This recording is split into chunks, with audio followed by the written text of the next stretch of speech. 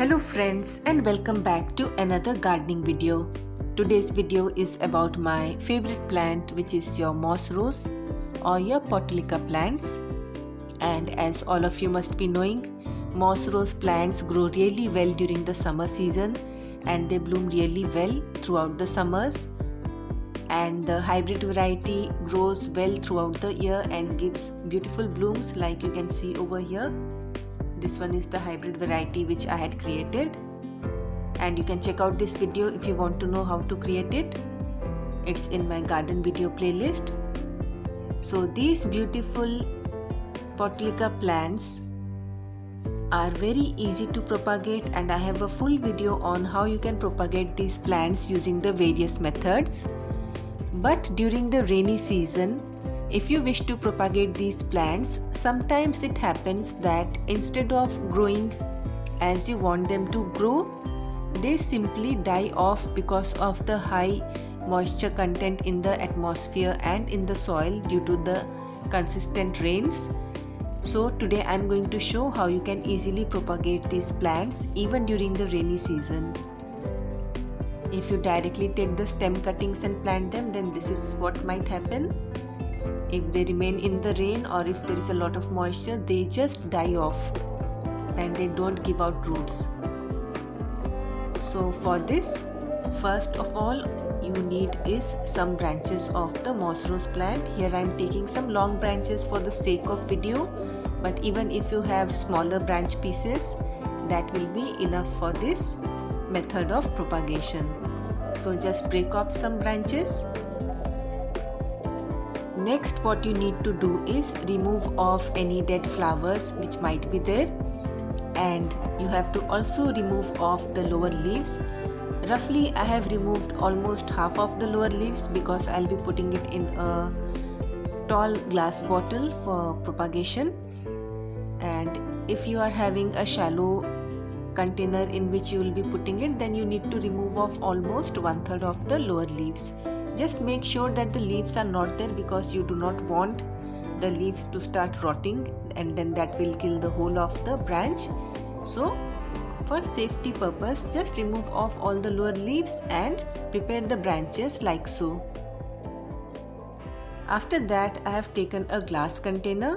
If you don't have a glass container, you can use a plastic tumbler or any other container and just fill it with water. It is better to fill less water, around half to 1/4 of the container should be filled with water, and then place the branches in the water, making sure that the branches are placed in such a way that the lower leaves do not touch the water. Now this is a very important step because if the leaves touch the water, it might happen that the leaves will start rotting off, and then the whole water will become stinky and the plants will also start rotting off, and this will not be a success.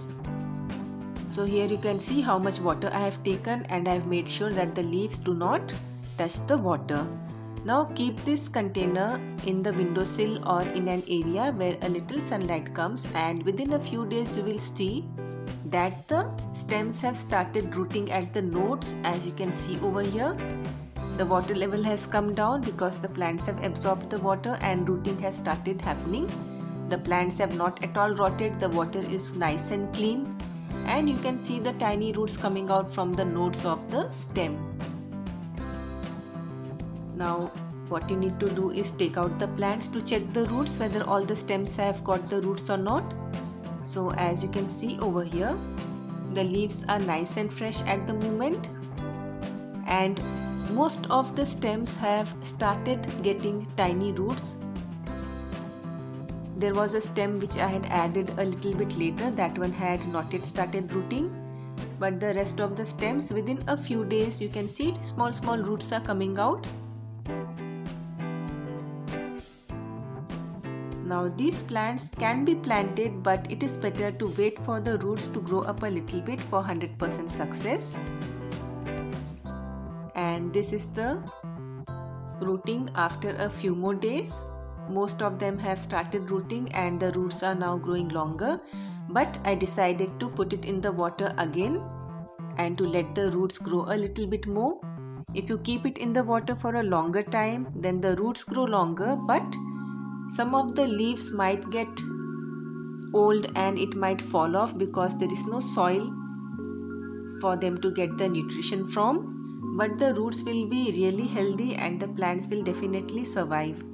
So after keeping in the water for about 10 to 15 days, you can take them out, and you can see over here most of the leaves have come off, but the roots have developed really nicely, and this is the right time to plant these in the soil. Now you can see how long the roots have become, and now there is full chance that these plants will definitely survive and they will not rot off even during the rainy season when you propagate them. Now that the roots have grown really long, this is the right time for them to be shifted into the soil medium. So for the sake of video, what I have done is I have planted a few of these stems in a small container, but you can directly plant these in bigger pots at this time, because you can see the root system has developed really nicely and the stems are not at all rotting. The plants are really nice and fresh. So just take a well drained garden soil with a little bit of compost and dig a hole and push in the stems with the roots inside the soil and press it down gently. Now remember, don't overwater these plants during the rainy season. Just give them a light drizzle of water and that would be enough for them to grow into bigger plants. And using this method, you can easily propagate these beautiful moss rose plants and get a garden full of beautiful flowers in the coming winter season. So this brings us to the end of this video. I hope you enjoyed watching this video and thanks for watching.